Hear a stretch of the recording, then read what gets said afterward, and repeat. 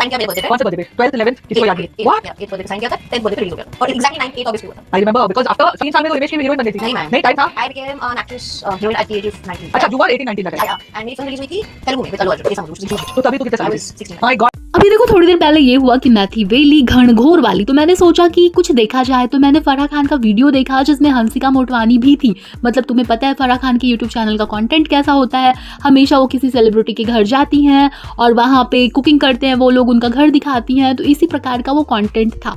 अब मुझे हंसिका ना अच्छी लगती है, काफ़ी मुझे क्यूट सी लगती है वो, तो मैंने सोचा चलो यही देख लेते हैं। तो अभी थोड़े दिनों पहले ना तुमने एक रूमर सुना होगा हंसिका मोटवानी के बारे में, जो कि ये था कि उनका उनके हस्बैंड के साथ तलाक होने वाला है और उनको कर्मा को लेकर भी बहुत ज़्यादा टारगेट किया गया था। इसके ऊपर मैंने एक वीडियो भी बनाई थी जिसपे अच्छे खासे व्यूज़ आए थे यार कि कर्मा मिल गया, इसको कर्मा मिल गया। कर्मा क्यों मिला इसके ऊपर हम आगे बात करेंगे, लेकिन वो वीडियो देखकर ना ये वाला जो रूमर आया था डाइवोर्स वाला, उसकी कंफर्मेशन मिलती हुई मुझे कहीं ना कहीं दिखाई दी, क्योंकि हंसिका ने ना पूरे वीडियो में अपनी मॉम को दिखाया। मतलब पिक्चर्स की बात हुई, मॉम एग्जैक्टली नहीं थी उनके वीडियो में, मतलब उनकी मॉम की बात हुई, उनके ब्रदर की बात हुई, उन्होंने क्रिसमस ट्री के ऊपर डेकोरेशन कर रखा था, इवन उनका जो फर बेबी है उसकी भी बात हुई, लेकिन कहीं पे भी उनके हस्बैंड का जिक्र नहीं हुआ। और जिस घर में ये एपिसोड शूट हुआ था ना, वहाँ पे हंसिका अभी अभी शिफ्ट हुई थी, यानी वो उनका नया घर था।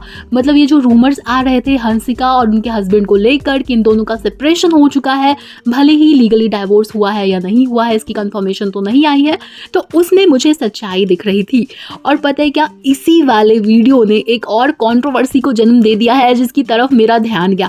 अभी देखो मैं हंसिका मोटवानी के बारे में थोड़ा सा बता देती हूँ, उसके बाद ये कर्मा वाला जो एंगल है उसकी बात कर लेंगे। तो हंसिका मोटवानी ने अपना जो करियर है वो चाइल्ड आर्टिस्ट के तौर पे शुरू किया था। शाकालाका बूम बूम नाम का एक टीवी शो आता था जिससे हंसिका को बहुत ज्यादा फेम मिला। उसके बाद ईयर 2003 में हंसिका मोटवानी है वो नजर आई थी ऋतिक रोशन की मूवी कोई मिल गया में, और उसमें भी उनका जो रोल था वो चाइल्ड आर्टिस्ट का ही था। मतलब उनकी एज उस समय काफी कम थी और गूगल बाबा के अकॉर्डिंग जो हंसिका की डेट ऑफ बर्थ है 9 अगस्त 1991। देखो इनकी एज को लेकर ना काफी ज्यादा कंट्रोवर्सी हो चुकी है, होती रहती है, और इस बार इन्होंने जो स्टेटमेंट दिया है ना उसको लेकर फिर से लोग कमेंट सेक्शन में बातें कर रहे थे कि भाई साहब फिर इसकी एज क्या थी जब ये हीरोइन बनकर आई हिमेश रेशमिया के साथ ईयर 2007 में, और मूवी का नाम था आपका सुरूर।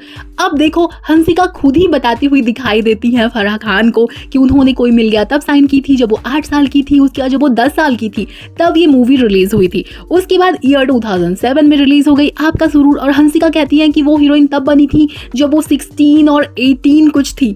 अब देखो मैं तो भाई घनघोर वाली कंफ्यूज हो गई, और मेरे अंदर तो वैसे भी उतनी ज्यादा अकल नहीं है ना गाइस, तो तुम लोग मुझे बताना कमेंट करके कि तुम्हें क्या लगता है कि हंसिका की एज उस समय क्या थी जब वो हिमेश के साथ मूवी में हीरोइन बनकर आई। और कोई मिल गया के समय तो ये खुद ही क्लेम कर रही है कि उस समय ये 10 साल की थी, लेकिन अगर गूगल बाबा के हिसाब से कैलकुलेट करे तो उस समय उनकी एज 13 होनी चाहिए थी। तो क्या हंसिका की जो डेट ऑफ बर्थ है वो गूगल पर चेंज कर दी गई या हंसिका की जुबान फिसल गई, आखिर हुआ क्या भाई? देखो कोई मिल गया मूवी और आपका सुरूर मूवी के बीच में 4 साल का गैप था, और 4 साल बाद जब हंसिका मोटवानी पर्दे पर आई थी तो उस समय बहुत ही ज्यादा बवाल हो गया था भाई साहब, क्योंकि वो अचानक ही छोटी सी प्यारी सी बच्ची की जगह बहुत ही बड़ी और मैच्योर लेडी की तरह दिखने लग गई थी।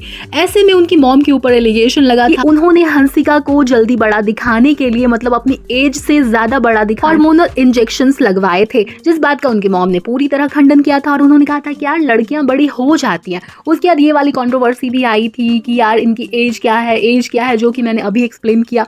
तो ये तो हो गई भाई एज वाली कंट्रोवर्सी की बात। अब दूसरी वाली शादी की कंट्रोवर्सी जो इनकी है, इनके डाइवोर्स को लेकर, जो कि मैंने कहा कि लोग कह रहे हैं इनको कर्मा मिल गया, तो अब हम उसके ऊपर थोड़ी सी पंचायत कर लेते हैं। तो देखो यार हंसिका मोटवानी ने शादी की थी ईयर 2022 में, और जिनके साथ इन्होंने शादी की थी वो थे उनकी बेस्ट फ्रेंड के हस्बैंड, मतलब एक्स हस्बैंड। तो उनके हस्बैंड का नाम है साहिल कथूरिया, जो कि उनकी बेस्ट फ्रेंड यानी हंसिका की बेस्ट फ्रेंड रिंकी बजाज के एक्स हस्बैंड थे।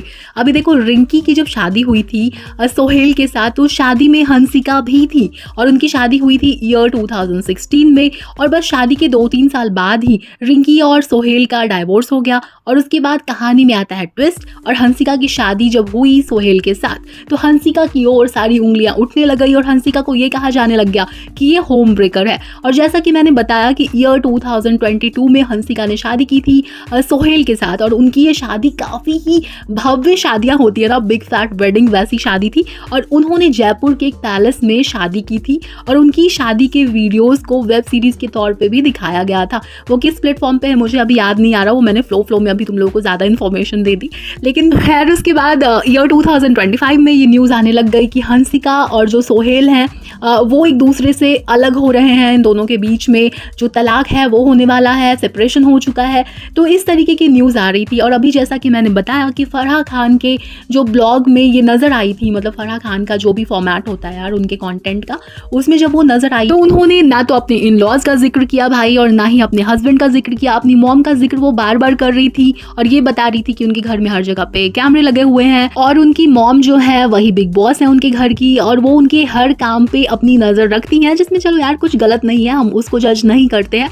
लेकिन फिलहाल पॉइंट वाली बात ये है कि हंसिका के डाइवोर्स के जो रूमर्स आ रहे थे अब तो ऐसा लग रहा है कि सच में वो बात कहीं ना कहीं तो सही है। क्योंकि अगर देखो एक मैरिड बंदी है तो थोड़ा सा तो जिक्र करेगी ना अपने हस्बैंड का, चलो वो बहुत ज़्यादा शाय होंगे या थोड़ी सी लड़ाई हो रखी होगी, कुछ भी होगा रीज़न, फिर भी वो जिक्र तो करेगी ना। इवन हंसिका के घर में उनकी जो वेडिंग की पिक्चर्स होती हैं वो भी कहीं पे दिखाई नहीं दी। और सबसे इम्पॉर्टेंट तो यार उन्होंने गलती से भी अपने हस्बैंड का जिक्र नहीं किया। इसी वजह से लोगों ने फिर से हंसिका को टारगेट करना शुरू कर दिया कि देखो यार इस बंदी को कर्मा मिल गया, इसने अपनी फ्रेंड का घर खराब करवाया, उसका तलाक करवाया और उसके हस्बैंड से शादी की, और इस तरीके की बातें बहुत ज्यादा लोग कमेंट सेक्शन में कह रहे हैं। ये वाला कमेंट ही देख लो, इन्होंने लिखा है where is her stolen husband, never mentioned about him once also, और उसको लाइक किया है 156 लोगों ने।